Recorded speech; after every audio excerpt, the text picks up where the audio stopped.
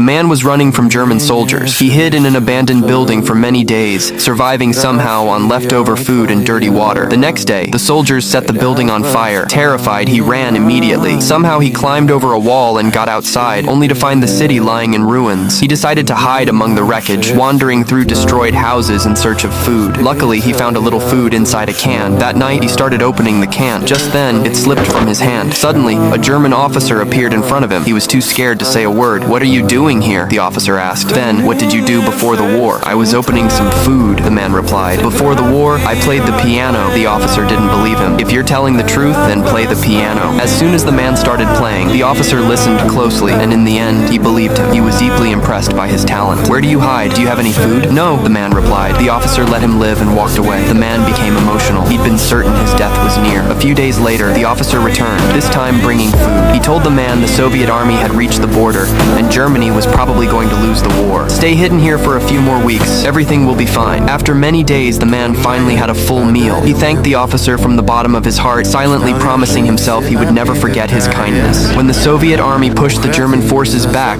the officer met him one last time. He left food and a warm coat behind. The man wondered how he could ever repay such kindness. Then, the officer left. A few days later, the man saw a vehicle playing the Polish national anthem and realized his country had been freed. He jumped with joy. Just then, a woman shouted, "He's a Nazi soldier," because he was wearing the officer's coat. Police and soldiers rushed to catch him. "I'm Polish!" he shouted, raising his hands, trying to explain that he'd only worn the coat to protect himself from the cold. Finally, the soldiers believed him. A few weeks later, captured German soldiers were held in a prisoner of war camp. There, a Jewish soldier was shouting orders at the prisoners. Just then, the same kind German officer stepped forward. "Do you know that piano player?" he asked. The Jewish soldier turned out to be his friend. The officer gave him his name. "Give him my message. If possible, help me get out of here." When the piano player heard this, he went straight to the camp, but by then, all the prisoners had already been transferred elsewhere. No one knew where they'd been taken. In the end, the piano player started a new life in Warsaw, playing piano in an orchestra once again. But the German officer who had saved his life died in a prisoner of war camp.